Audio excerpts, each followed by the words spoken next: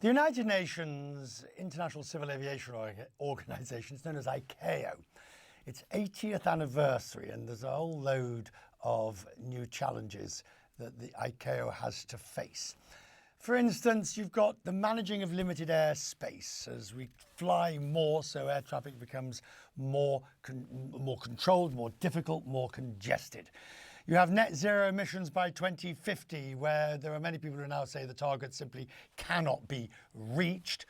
And one reason for that is that the production of sustainable aviation fuel, SAF, the latest decarbonisation efforts, it's just simply not happening fast enough. And all of this is relevant because aviation is 2.5% of emissions, but the industry itself gets a much worse rap in terms of the critics and the activists. Salvatore Sciacchitano joins me now from Montreal, the president of ICAO. Good to see you, sir. Congratulations. The reality is, though, ICAO is one of those organizations that's at the very heart of aviation, but actually it's very difficult in ICAO to get things done because of your consensus nature and the UN way in which you operate.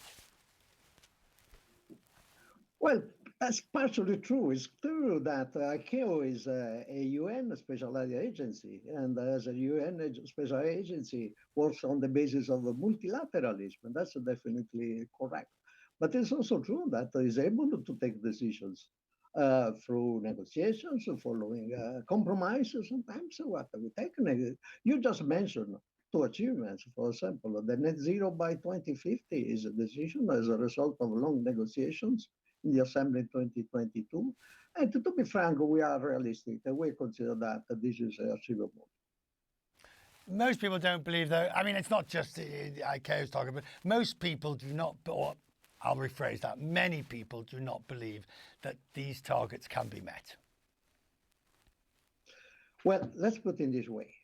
Of course, in order to achieve the net zero by 2050, there is a huge change to be introduced in aviation.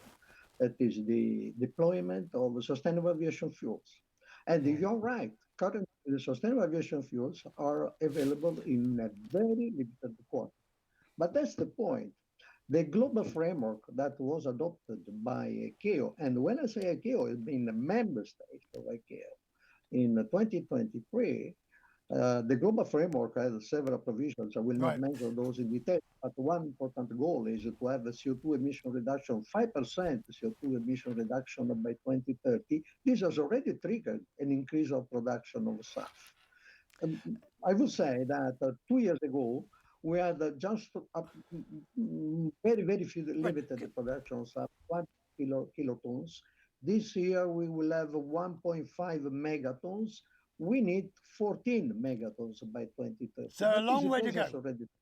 A long way to go. The thing about ICAO, sorry, we have a delay obviously between here and yourself. The thing about ICAO is, it is this organization. I mean, I think of the various treaties, the Chicago Treaty, the Montreal Treaty, that wonderful line, this is not the baggage check under Article 4 of the Warsaw whatever. All these wonderful things. It is the backbone, but I wonder whether it needs a higher profile.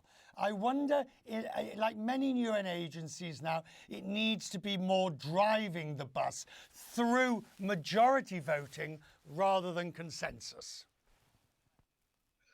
Well, that's something that is already done in ICAO, but you have to consider that you can take majority decisions that would be partially implemented.